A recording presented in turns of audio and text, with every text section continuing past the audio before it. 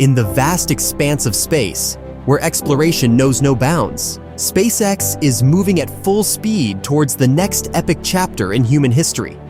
Brace yourselves as the clock ticks, the engines roar, and anticipation electrifies the air. For the next Starship launch is upon us, and it's nothing short of breathtaking. Starbase, the bustling hub of SpaceX's ambitious endeavors, is abuzz with anticipation as the much-anticipated second orbital launch attempt draws nearer. But before we delve into that, let's take a fascinating journey through Starbase together. Our adventure begins at Stage 0, the mighty orbital launch mount that serves as the powerhouse for fueling and propelling starships. Once a mere structure, it now stands tall and resembles a launch platform. While activities on the launch mount have slowed down a bit, attention has shifted to sheet pile installation and copious amounts of concrete pouring. After all, they had to fill that hole and ensure there won't be another one anytime soon. However, the real excitement lies in the water supply system, located behind the orbital launch mount. Over the past weeks, this area has undergone a remarkable transformation. It all started with the installation of high-pressure black tanks, which were later joined by additional white tanks. But the recent frenzy of activity, including pile drilling and concrete pouring, left us wondering about the purpose of these foundations. Finally, on June 10th, two colossal tanks from Ohio made their grand entrance at Starbase. Interestingly, despite their previous horizontal setup, they were now fitted vertically onto special pedestals, snugly positioned behind the tower. The presence of two extra pedestals hints at the arrival of a third tank, yet its whereabouts remain a mystery. Although some might consider the tank delivered to Port Brownsville as a potential candidate, its size makes it unlikely to fit the spot.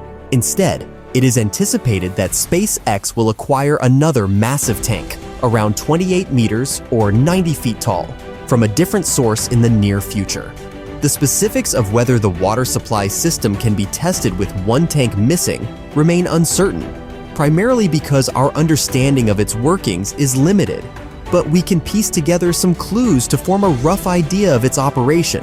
It appears that the high-pressure tanks might house nitrogen, with an unusual manifold potentially channeling it to either 4 small tanks or 3 larger ones. This intricate setup would create the necessary pressure for the water-cooled steel plate. However, the real mystery lies in understanding why 2 separate sets of water tanks are needed.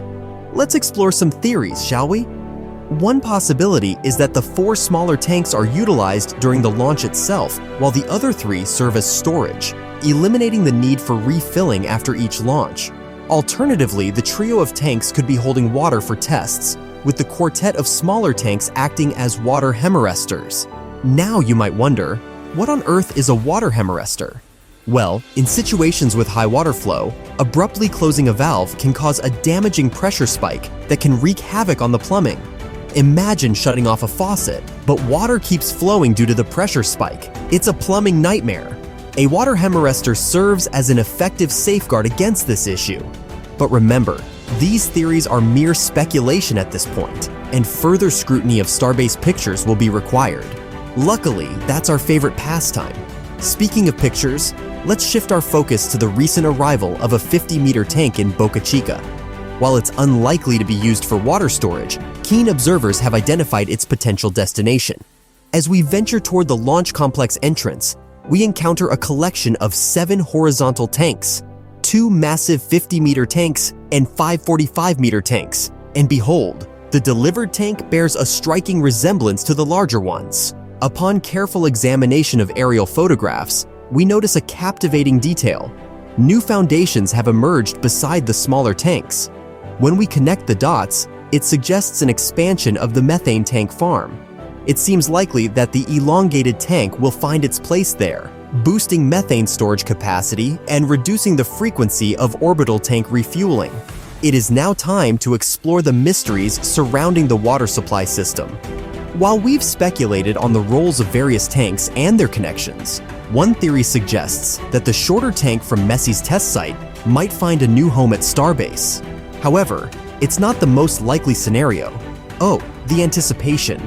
Now let's venture into the suborbital sector of the complex and get up close and personal with Ship 25. It's a sight to behold as Ship 25 has been uncoupled from the crane, and its hatches have been sealed. Action time is approaching, my friends.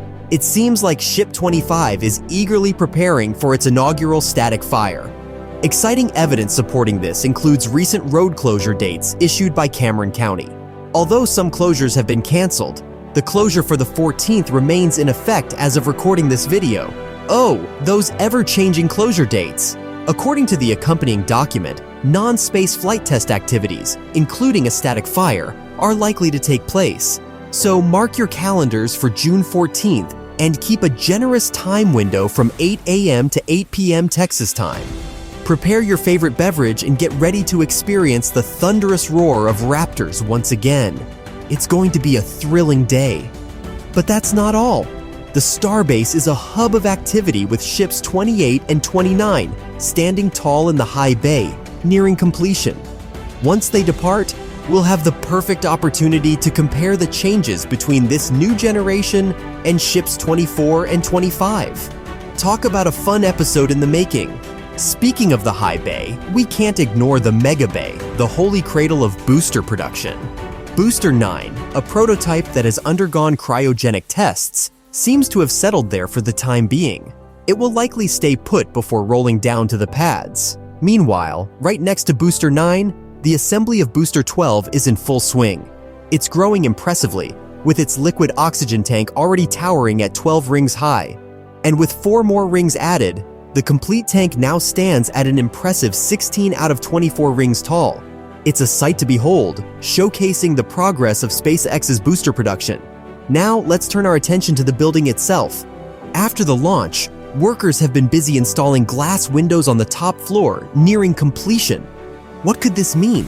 Will it be a rave cave, a launch viewing area, or perhaps even a penthouse for the one and only Gwynne Shotwell? The possibilities are tantalizing. But wait, there's more. Another megabay is under construction nearby. 2 sections are being prepared for lifting and installation atop the foundation. By the time you're watching this, one section might have already been lifted, while other prefabricated parts are being assembled at the Sanchez site. 4 more sections are nearly ready for transportation to the construction site. The growth of Starbase is truly awe-inspiring. As we scrutinize the picture with a keen eye, it becomes evident that the components we discussed in previous episodes serve as shields for the water-cooled steel plate. These shields surround the green pipe, protecting it during transport to the launch site. We can't help but marvel at SpaceX's efficiency and speed. We're spoiled by their relentless progress. While the other parts of the system remain concealed under the massive tent, we anticipate that the installation of the hangar-type doors will commence soon. This exciting development might grant us a peek inside the tent before the doors are closed, allowing us to catch a glimpse of the hidden elements. Timing is everything down at Starbase, not just for SpaceX, but also for our phenomenal Starbase photographer and camera operator Chief, who managed to capture another component of the intriguing mock-up under construction in Production Site 10-3, also known as Luna Starship. Our curiosity is piqued. The latest image reveals a flat dome attached to a ring, which we speculate could be lunar landing thrusters. However, this aerial shot doesn't provide many additional clues. An apparent hatch or door has been taped off, leaving us wondering about its purpose. Could it be waiting for a fresh coat of white paint? Only time will unveil the secrets hidden within. One thing is certain, SpaceX needs to showcase rapid progress in the Human Landing System program. On June 7th, Jim Free, NASA's Associate Administrator for Exploration Systems Development, expressed concerns about Starship meeting the 2025 deadline for the lunar lander. According to Free, SpaceX must execute numerous flights to validate their system, making it increasingly likely that the first human Artemis landing could be delayed until late 2026. In all fairness, neither the Starship nor the Axiom spacesuits, nor even the SLS space launch system, are currently ready for this mission. From the beginning, it seemed unlikely that any of these elements would meet the target date. It's quite intriguing, isn't it? The team that took decades to build the SLS is now facing delays in the shortest ever proposed development time for the largest ever designed lunar lander. Now, it's time for you to weigh in. Will SpaceX be the one to delay Artemis 3, or perhaps a lunar landing in 2025 was never a realistic expectation to begin with? Share with us in the comments below. And if you enjoyed this video, show us some love by hitting that like button and leaving a comment down below. Also, if you're a fan of all things technology, be sure to check out this other video we've got lined up for you. It's packed with all the latest news, tips, and tricks to keep you ahead of the curve.